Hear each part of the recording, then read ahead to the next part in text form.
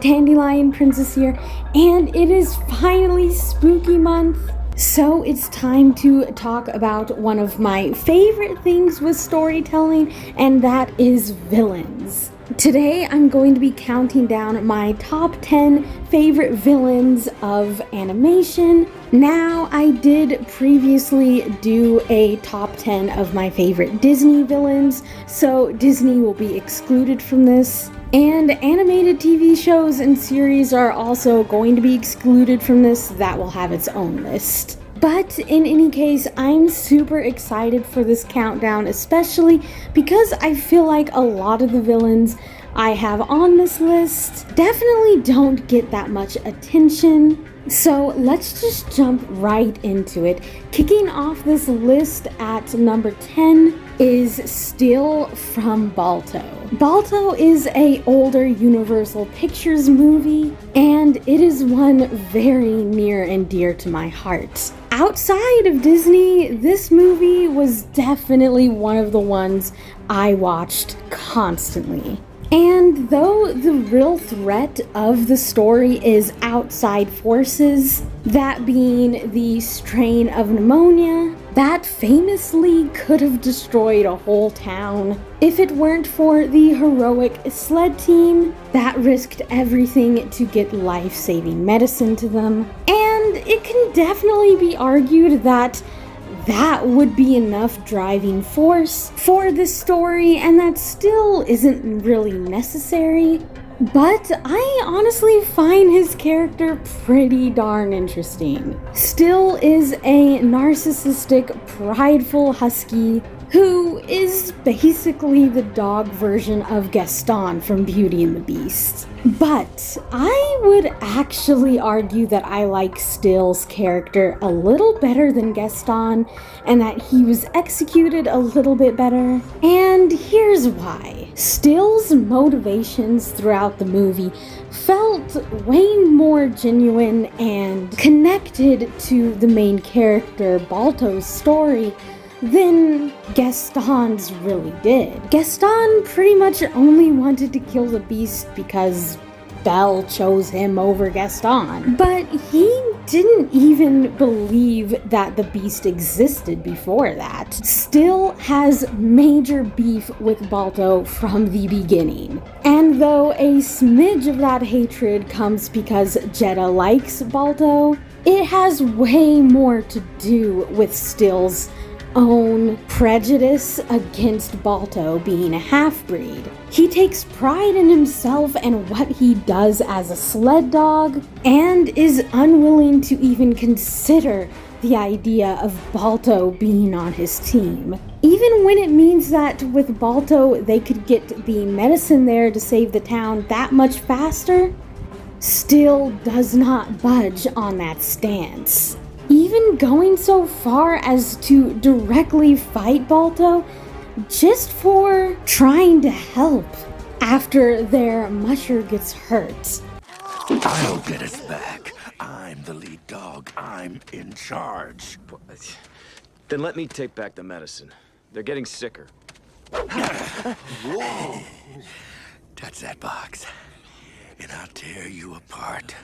And to top it off, Still even risks the idea of the town never getting the medicine by sabotaging Balto's way home, preferring for the whole sled team to basically just get lost in the woods, which is honestly super dark if you think about it.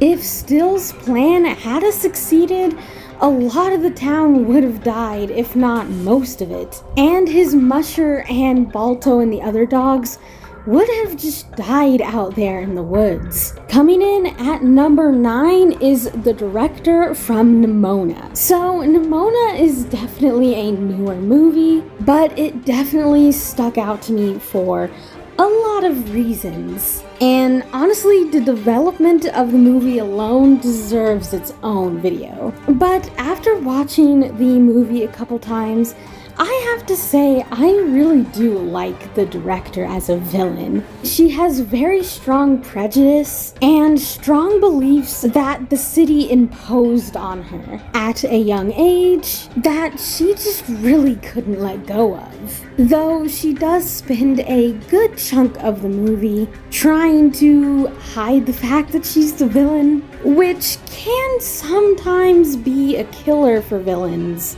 I think in this case, it actually really worked out. Her plan to kill the queen and make it seem like it was Ballister's fault was honestly genius, and would have absolutely played out perfectly if she hadn't gotten caught switching the swords. She is so stuck on these beliefs that she grew up with that she's even willing to risk her own people, innocent lives, to destroy Neona. I also really like how the director was still able to turn the tables in her favor after she basically admitted to everything. At the end of the day, the director based all her decisions off her own fear, but man, her character was definitely handled pretty well. Coming in at number 8, we have Pharaoh Ramy from The Prince of Egypt. The Prince of Egypt is definitely one of DreamWorks' best 2D animated films, if not their best. The visuals are breathtaking, the storytelling is super on point. The only real catch and downside to this movie is, of course, the religious implications. Certain religions and certain people do not agree with this movie's portrayal or the idea of biblical stories being told in a format for children in general, leading to this movie being fairly controversial.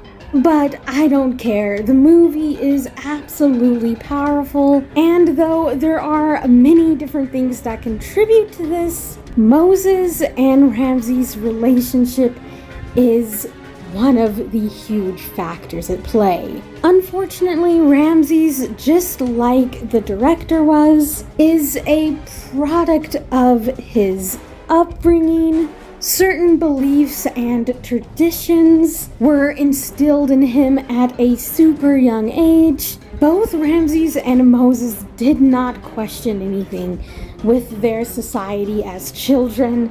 Obviously, Moses is able to see the truth and kind of break out of that ideology, but he leaves, leaving Ramses to go further down the path of his father, becoming Pharaoh. Honestly, I love that even after all the years, when Moses finally comes back, Ramses is happy to see him until he realizes that Moses only came back for his people. Honestly, the moment Ramses fully accepts that Moses is an enemy now is just gut-wrenching to me.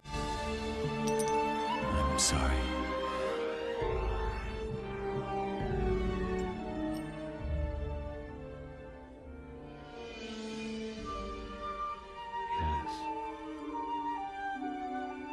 I had hoped.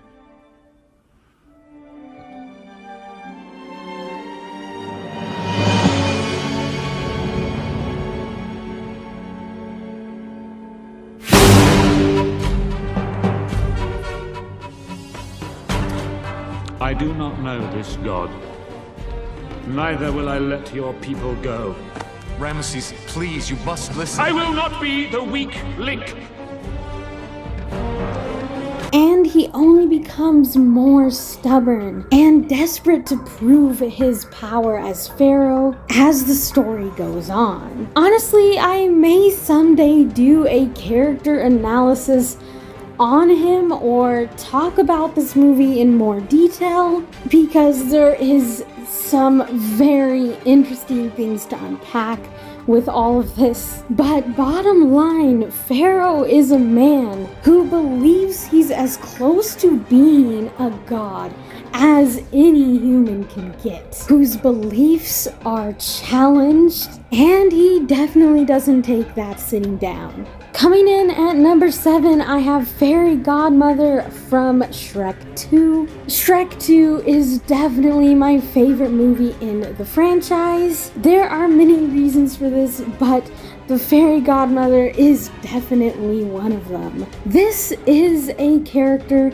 that desperately wants to be in control of all things at all times. Fairy Godmother single-handedly makes sure that each fairy tale plays out according to the book, and Shrek is essentially the living embodiment of everything she's against and everything she's trying to prevent. Honestly, I have to give a lot of credit to the voice actress for the Fairy Godmother. Jennifer Saunders did absolutely amazing in bringing the character to life and making her basically as evil as possible while still coming off as a super big crowd favorite and people person. At number 6, I have Rasputin from Anastasia. So, Anastasia was a movie from Fox, and I know Disney owns Fox now, and so Anastasia's technically a Disney movie, but they didn't actually make it or produce it or have anything to do with the movie when it was being made, so I don't count it. I'm sorry if that bugs you, but if it was made prior to being owned by Disney, I don't count it as being Disney. Anyway, Rasputin isn't the most intimidating villain out there, but he's definitely very Disney villain-esque, even having his own villain song. Honestly, what makes him stand out to me, though, is just the fact that he is a walking corpse. There is definitely a creepy, gross-out factor to him that I don't really think a lot of other villains can duplicate or capture. He's also just a pretty fun character overall, and for me, I do think that is important for villains to a certain point. I mean, at the end of the day, we all know the villain isn't going to win, so they don't always need to be super threatening or serious. There's definitely a line there, but I don't know. I just like Rasputin, okay? I don't know. Coming in at number 5 is Pitch Black from Rise of the Guardians. Now, Rise of the Guardians to me is a super underrated DreamWorks movie. I actually like this movie quite a bit. And though I feel like some people could probably argue that Pitch was somewhat boring and predictable, I honestly really did like him as a villain. He had an awesome presence, I feel like, and definitely had that intimidating factor to him. He's also super manipulative and was able to trick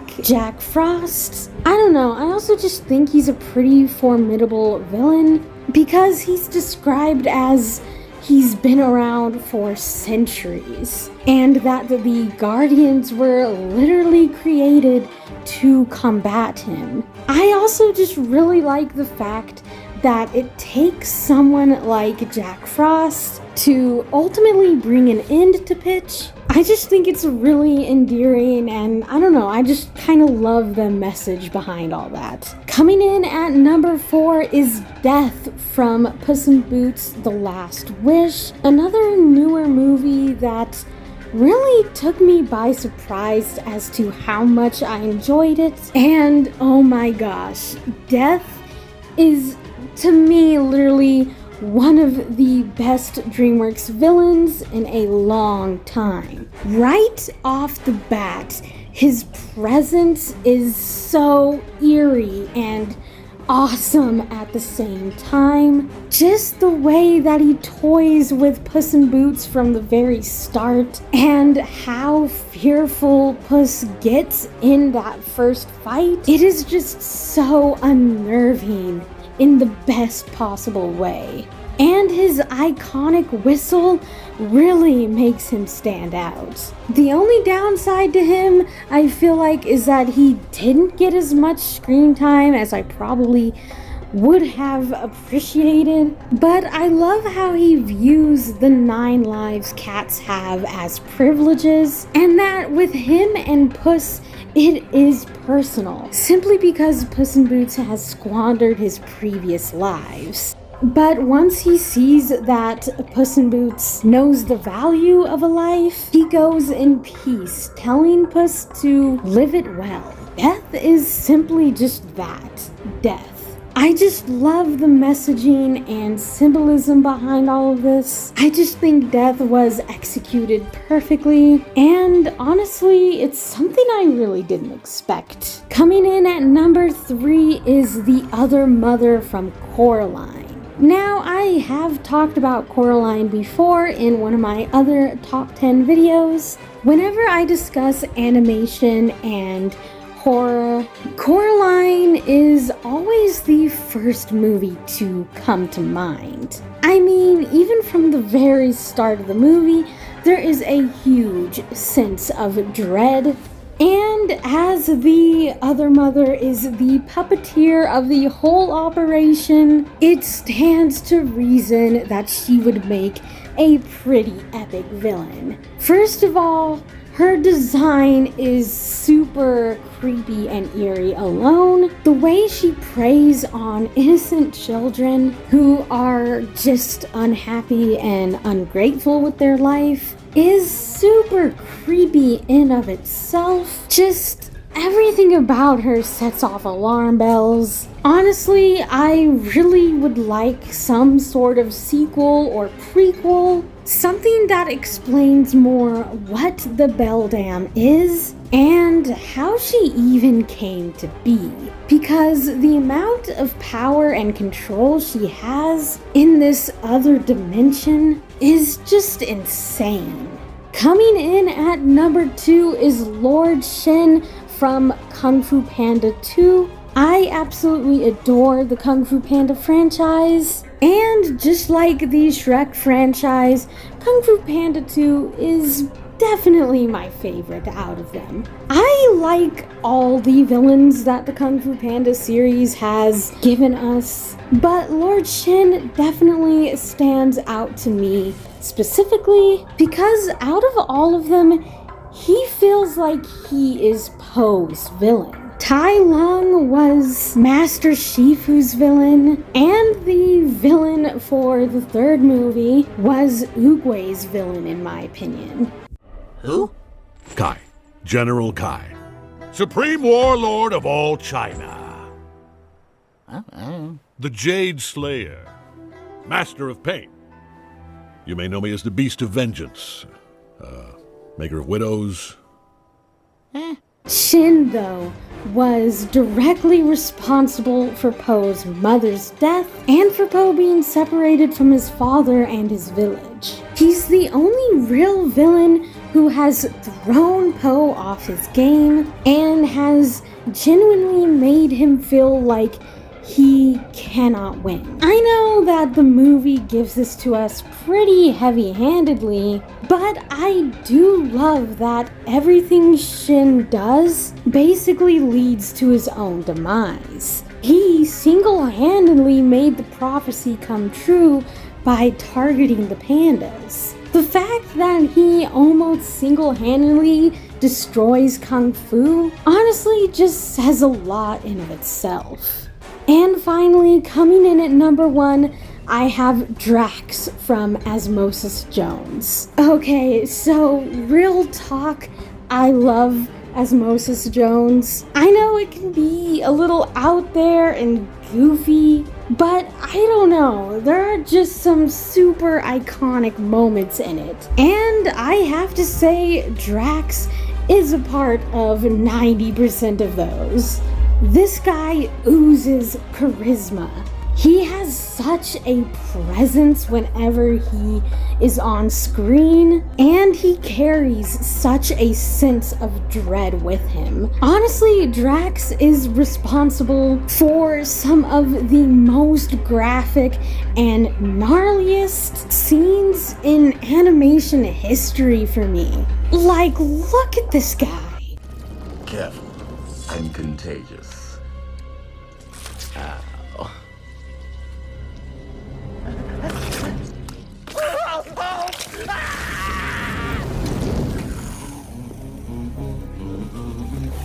Sounds like a gas, baby. Bring it on.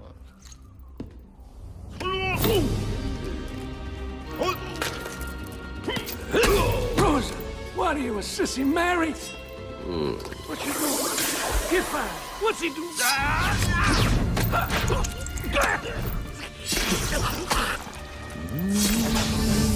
Mind you, I was like 8 when I saw this. I don't know how Warner Brothers got away with this guy. His motives are pretty cut and dry. He's just a virus that wants to go from host to host, destroying everything in his path. With diseases like this, there is no rhyme or reason, and I think the movie depicted that super well. He just shows up and starts killing. He is also voiced by Lawrence Fishburne, which is amazing. And oh my gosh, you could tell he just had so much fun with this role and really bringing this character to life. I don't know, man. Drax just hits so well for me on so many different levels. He's just such an iconic villain from my childhood personally, but I absolutely want to know, who is your guys' favorite villain in animation? Do you agree with some of the villains on this list? Thank you guys so much for watching, and see you guys next time.